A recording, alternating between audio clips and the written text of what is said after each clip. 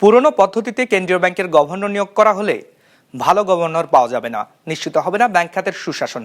বৃহস্পতিবার economic reporters forum আয়োজিত এক সেমিনারে এমন আশঙ্কার কথা জানিয়েছেন বাংলাদেশ ব্যাংক গভর্নর। এমন বাস্তবতায় প্রস্তাবিত ব্যাংক অর্ডার সংশোধনী দ্রুত কার্যকর করার তাগিদ দেন তিনি।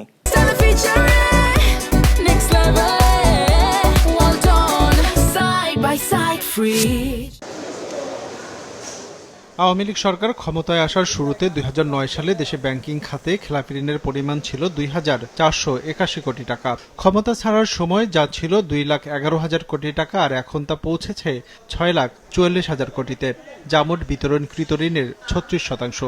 অতিরিক্ত পুনঃতফসিল, ঋণ বিতরণে অপেশাদারিত্ব ও রাজনৈতিক হস্তক্ষেপের কারণেই বেড়েছে খেলাপির পরিমাণ, এমন মত উঠে আসে ইআরএফ আয়োজিত সেমিনারে।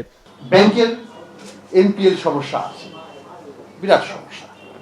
আমাদের এনপিএল হয়তো পৃথিবীর অন্যতম হাইয়েস্ট, এটা হয়তো 24 থেকে 27% মতো আমার ধারণা ছিল যে প্রকৃত এনপিএল হবে, কিন্তু বাস্তবে দেখলাম যে অবস্থাটা আরো একটু খারাপ। ফলে আমরা এখন দেখছি যে এটা প্রায় 36% মতো হয়ে গেছে, 36%। যখন কেউ ঋণ নেয় তার ঋণ মন্দঋণ হতেই পারে, তার পুনর্তফসিল করার প্রয়োজন হতেই পারে, সেটা মানেই খারাপ না।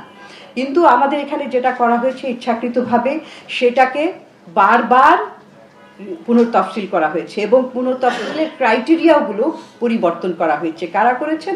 যারা প্রভাবশালী তারা। সেমিনারে কেন্দ্রীয় ব্যাংক গভর্নর জানান, খেলাপি ঋণ কমানো সহ সার্বিকভাবে ব্যাংকিং খাতে শৃঙ্খলা ফেরাতে বেরিয়ে আসতে হবে গভর্নর নিয়োগের সনাতন পদ্ধতি থেকে। বিশ্বের উন্নত দেশের মতো মন্ত্রী পদমর্যাদা নিশ্চিত করতে হবে গভর্নরদের।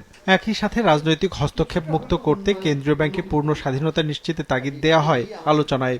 এজন্য প্রস্তাবিত ব্যাংক অর্ডার সংশোধনী দ্রুত কার্যকর করার আহ্বান জানান গভর্নর। পৃথিবীর সব দেশে যারা একটু উন্নত দেশ, সেখানেই কিন্তু বাংলা সেন্ট্রাল ব্যাংকে স্বাধীনতা দেওয়া হয়।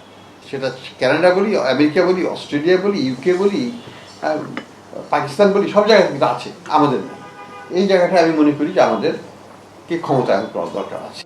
নির্বাচন সামনে রেখে অর্থনীতি ভেঙে পড়ার কোনো সম্ভাবনা নেই জানিয়ে গভর্নর বলেন, ধার নিয়ে নয়, নিজেদের সক্ষমতা কাজে লাগিয়ে রিজার্ভ বাড়ানো হবে। জানান, চলতি বছরের শেষ নাগাদ রিজার্ভের পরিমাণ 34 থেকে 35 বিলিয়ন ডলারে নিয়ে যাওয়া হবে। আইএমএফ আমাদের অর্থ দেয়নি, তাতে আমাদের কোনো অসুবিধা হয়েছে? ফরেন এক্সচেঞ্জে কোনো অসুবিধা হয়েছে? হয়নি।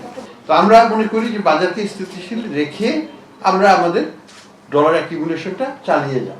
আমাদের লক্ষ্য হচ্ছে, এটা অঘোষিত, বাট অ্যাবাউট 34 থেকে 35 বিলিয়নে নিয়ে যাওয়া এবছরের শেষ টাকা রিজার্ভকে। আইএমএফ এর টাকা আসুক আর না আসুক। এ সময় নির্বাচনকে সামনে রেখে দেশের রাজনৈতিক দলগুলোর ইস্তেহারে ব্যাংকিং খাত সংস্কারে সুনির্দিষ্ট অঙ্গীকার করার তাগিদে উঠে আসে সেমিনারে। রঞ্জিবুল মিজান, বিজনেস রিপোর্ট, মাছরাঙা টেলিভিশন।